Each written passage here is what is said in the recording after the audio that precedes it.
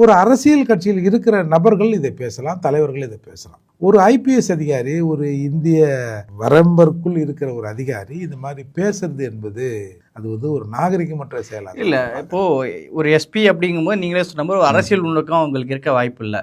அப்படி இருக்கும்போது நாம் தமிழர் கட்சியினர் இவங்க கட்சியினுடைய ஆடியோக்கள் வெளிவரதுக்கு இவர் தான் காரணம் அப்படின்னு சொல்லி ஒரு குடும்பத்தினர் மீது ஒரு தாக்குதல் பண்றாங்க, இணையதளத்திலேயே மிரட்டல்கள் விட்டாங்க.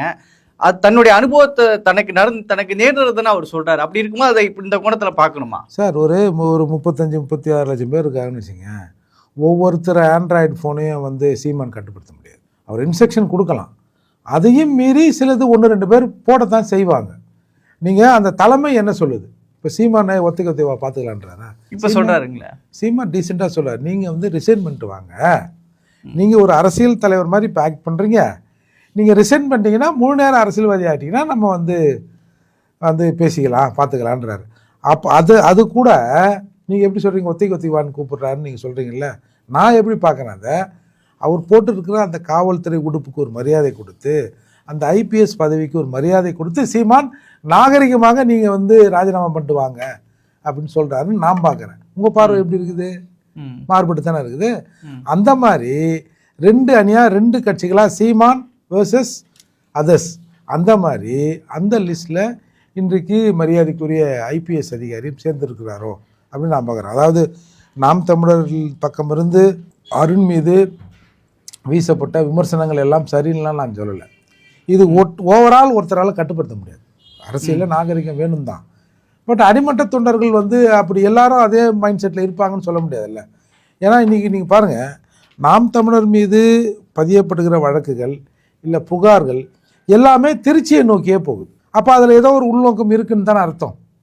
சார், எல்லா மாவட்டங்கள்லையும் ஐடி விங்கி இருக்குது. தமிழ்நாட்டின் முதலமைச்சர் நம்ம முதல்வர் தான், ஸ்டாலின் ஐயா தான். அவர் சொன்னால் எந்த அதிகாரம் இருந்தாலும் கேட்டு தான் ஆகணும். அப்படி கேட்கலன்னா அந்த மாவட்டத்தில் அவர் ரீப்ளேஸ் பண்ணிவிட்டு இன்னொரு ஆளை போட்டு எஃப்ஐஆரை போட போகிறாங்க. அவ்வளவு வந்து பவரை வைத்திருக்கிற முதல்வர் பல மாவட்டங்களில் இந்த வழக்கை போடலாம். ஏன் திரும்ப திரும்ப திருச்சியை நோக்கியே போகுது? எல்லா எஃப்ஐஆர்களும் அங்கே நோக்கியே போகுது.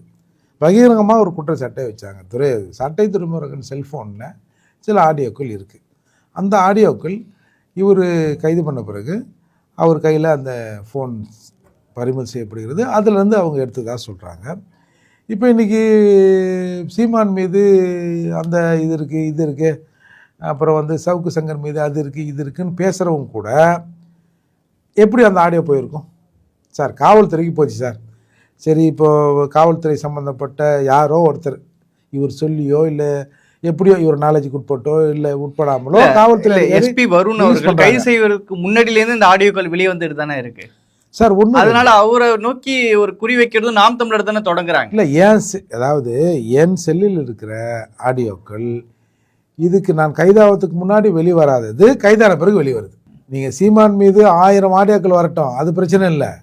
என் செல்போனில் இதுவரை வெளிவராமல் இருந்தது எப்போ இப்படி வெளிவருது? இது வேற யாரும் சொல்லலை, சம்மந்தப்பட்ட அந்த செல்லுக்குரிய நபர் சொல்கிறார்ல, இதுதான் வாய்ப்பு இருக்கும். அதே மாதிரி 3ஆவதாக விமர்சனம் பண்ணுறவங்க கையில் போகுது.